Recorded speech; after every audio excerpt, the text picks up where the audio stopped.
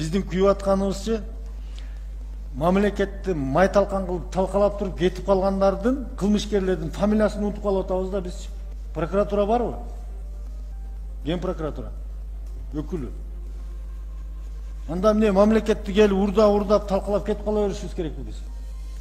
Ошон үчүн ошол учурдагы премьер-министрден баштап, экс-президенттен баштап, мына бүгүн сиздер эми аткаруучу, сиз туура айттыңыз. Аткаруучуларга анан түшүшүбүз керек.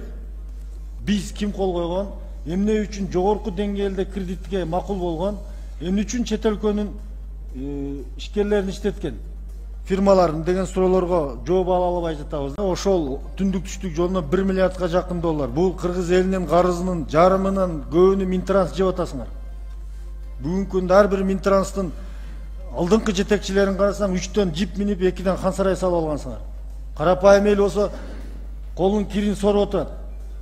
Министрдин орун басары маалымат барбы сизде? Ошол жерде иштеген жол кызматкерлерине кыргыз жарандарына 15 000 сомдон айлык, анан кийин чет өлкөлүктөргө 1,5 мың 2 мың доллардан айлык беришет экен го.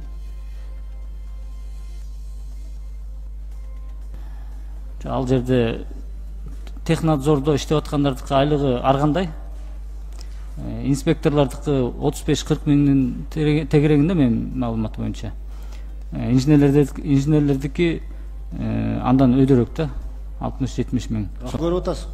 Минтранс бүгүн коррупцияга белчесине батып калды.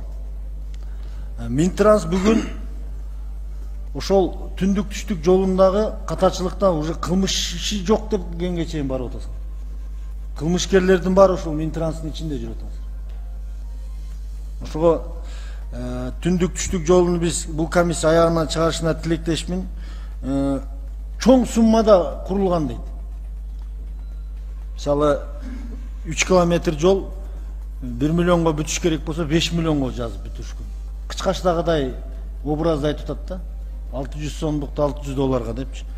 Чоң коррупция. Бул жерде Атамбаев, Сапар Исаковтан баштап бери карап келет да.